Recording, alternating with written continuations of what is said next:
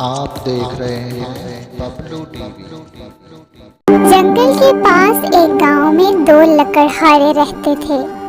وہ پڑوسی تھے جو ایک دوسرے کے قریب رہتے تھے۔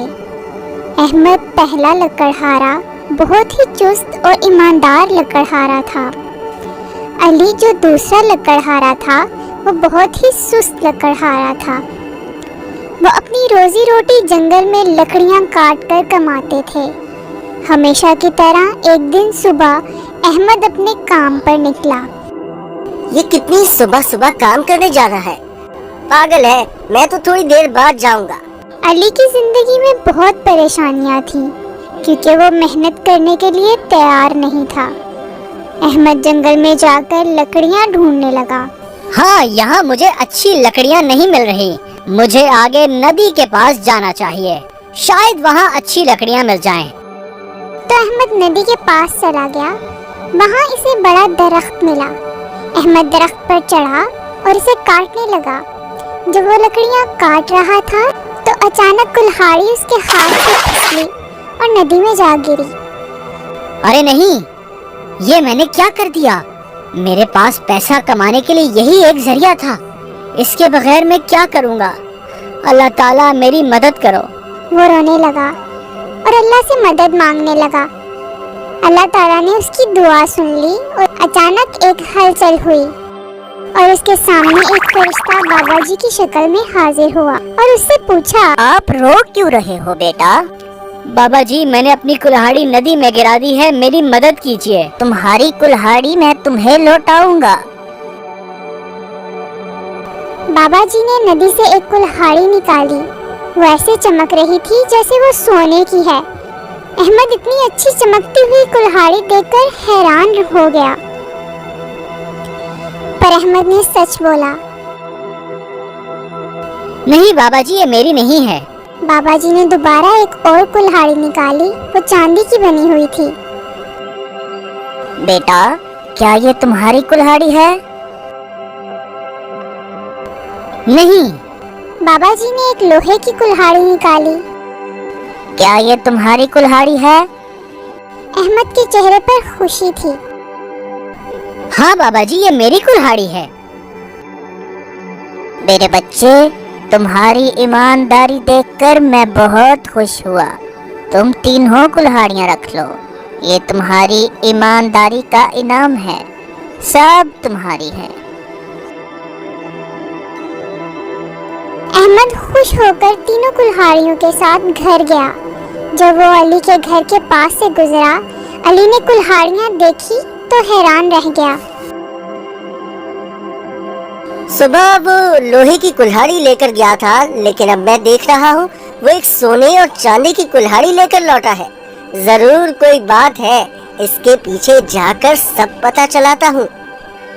علی بنا احمد کو پتہ چلے اس کے پیچھے جانے لگا۔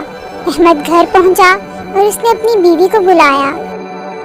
میری بات سنو، کہاں ہو؟ باہر آؤ جلدی، میں اور انتظار نہیں کر سکتا۔ آ رہی ہوں، کیا بات ہے؟ ذرا آ کر خود ہی دیکھ لو۔ کچھ خاص ہے کیا؟ وہ وہاں آئی اور اس نے کلہاڑیاں دیکھی تو وہ چونک گئی۔ کیسے یہ تمہیں سونے اور چاندی کی کلہاڑیاں ملی؟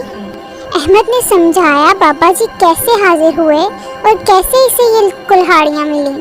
میں اتنی خوش ہوں کہ آپ کو کیا بتاؤں۔ ہم یہ سونے کی کلہاڑی بازار میں بیچ دیں گے۔ علی جو باہر سے سن رہا تھا، اس نے فیصلہ کیا کل وہ احمد کا پیچھا کرے گا۔ اگلے دن احمد نے سونے کی کلہاڑی بیچ دی اور اپنی زندگی نئے سرے سے شروع کی۔ احمد کے امیر ہونے کے باوجود وہ ہمیشہ کی طرح کام پر جانے لگا۔ احمد، تم اتنی صبح صبح کہاں جا رہے ہو؟ ہمیشہ کی طرح کام پر۔ ٹھیک ہے، ملتے ہیں۔ یہ تو سچ میں پاگل ہے، امیر ہونے کے بعد زندگی میں مزہ لینے کی بجائے یہ ابھی بھی کام کر رہا ہے۔ اس کے پیچھے جا کر پتہ لگاتا ہوں کہ لکڑیاں کاٹتا کہاں سے ہے۔ علی احمد کا جنگل میں پیچھا کرتا ہے۔ احمد ندی کے کنارے جا کر اپنا کام شروع کرتا ہے۔ ہاں یہ وہ ندی ہے جس میں اس کی کلہاڑی گری تھی. اس کے جانے تک میں یہی انتظار کرتا ہوں. احمد کے جانے تک علی رکا رہا. علی جلدی سے ندی کے پاس آ گیا اور جان بوجھ کر اس نے اپنی کلہاڑی پانی میں پھینک دی. اے اللہ مجھے اپنی کلہاڑی واپس دلوانے میں میری مدد کرو. دوبارہ فرشتہ ایک بابا جی کی شکل میں حاضر ہوا. تم رو کیوں رہے ہو بیٹا؟ بابا جی میری کلہاڑی پانی میں گر گئی ہے، میری مدد کرو. یہ ایک لالچی انسان ہے، مجھے اسے سبق سکھانا ہی ہوگا.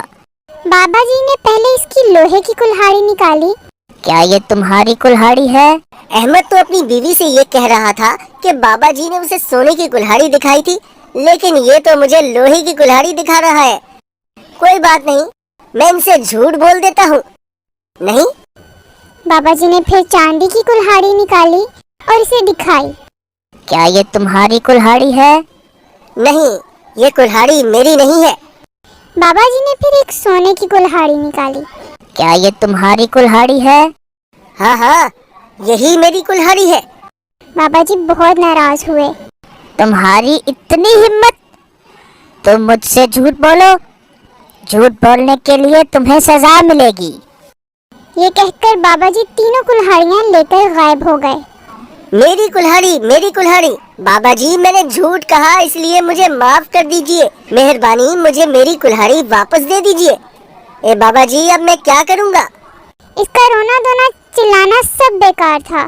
علی بنا کلہاڑی کے واپس لوٹ گیا. بس وہی اس کا سہارا تھا، لیکن اس نے سبق سیکھ لیا تھا.